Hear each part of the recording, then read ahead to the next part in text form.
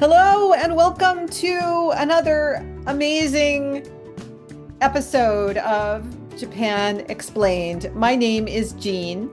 Hi, my name is Yoko. And today we are going to talk about a very, very important topic. Yoko, I want to hear about Japanese toilets, okay? Okay. Why do the Japanese have such fancy toilets? You're right. Japanese toilet have so many buttons and switches. Yeah, I know it's so crazy.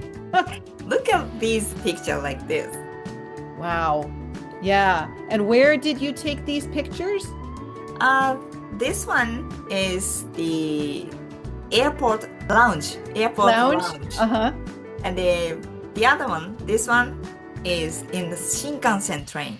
That's amazing. Yeah. That's amazing. Look at that. You know, I used a toilet on a train in Morocco last year, and Wow. it was literally just a hole in the in the floor, and I could Really? see the train tracks underneath me going by. Really? Like it was straight onto the train tracks. Yes. Wow. Yeah, it was a Wow. little bit scary. Yeah. Anyway, so I just think it's really funny that Japanese public toilets even have like rushing water sounds to mask the pooping sound. And I mean, I think it's an interesting contrast because the Japanese are so accustomed, I think, to being close together, but they're so private about things like pooping and peeing. I see. So actually, I believe many Japanese people are not used to being close together. So I actually feel the opposite in the US. So because people here often stay closer to each other. And then since we are not using the things like hug or kissing as greetings, so we sometimes supplies and like to keep some more distance. And then I was also really surprised to see sometime often in the TV show or cartoons that shower and the toilet are sometimes in the same room. So I guess how can I say, one person might be use the toilet while other person in the taking the shower. So because of those, I feel that Japanese people care more about privacy. So we want to hide the sound and even the smell when we use the toilet because we think it is embarrassing. Well, you know, it is embarrassing. And I will say that after I lived in Japan for a little while, I began to understand better why, like in most Japanese homes, especially, the toilet is in a different room from the bath.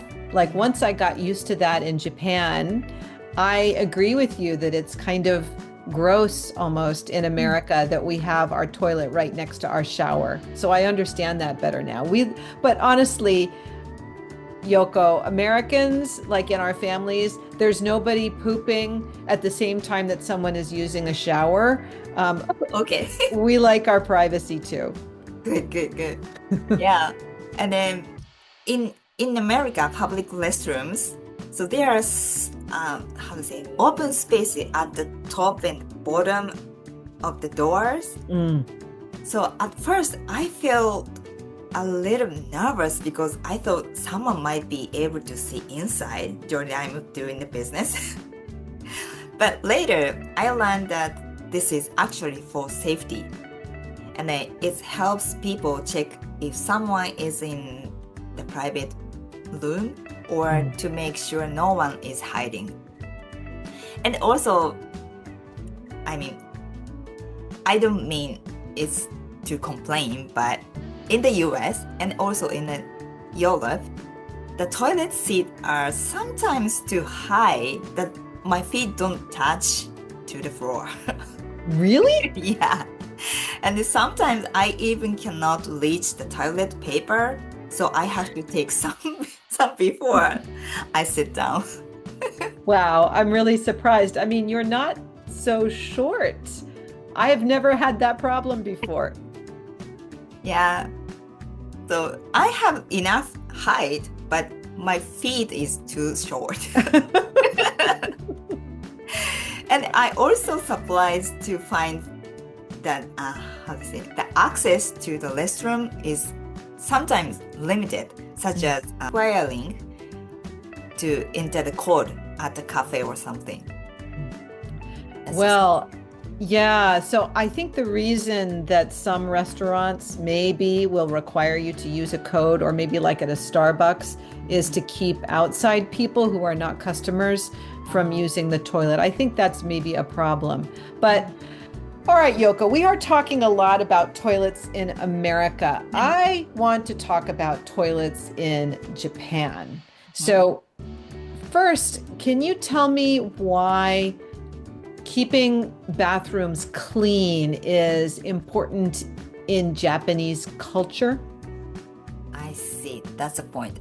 And then I did a quick search, and then according to my quick search, I found following 2 points. The one is from hundreds of years, the people used human waste to feed their plants. Because of this, so it was bought and sold, and the Japanese people didn't just think of it as something dirty. They also knew it was kind of valuable.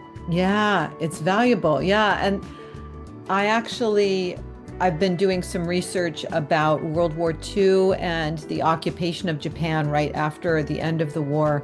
And I've seen some old newsreels that show what they called night soil in those days, which is basically taking the human waste and using it as fertilizer on the plants. Because, of course, in farming, because, of course, in those days, Japan at the end of the war was very poor, and it had to use every resource that it had. So even as recently as in living memory, night soil, human waste, was being used as a valuable resource. But tell me more about the importance of keeping bathrooms clean. Okay, so in Japan, cleaning the toilet is not just a simple job. So it is the kind of lesson that has been passed down for many years. So it is also thought in Buddhism as a kind of spiritual training. So when we clean dirty place, we can let go of our pride.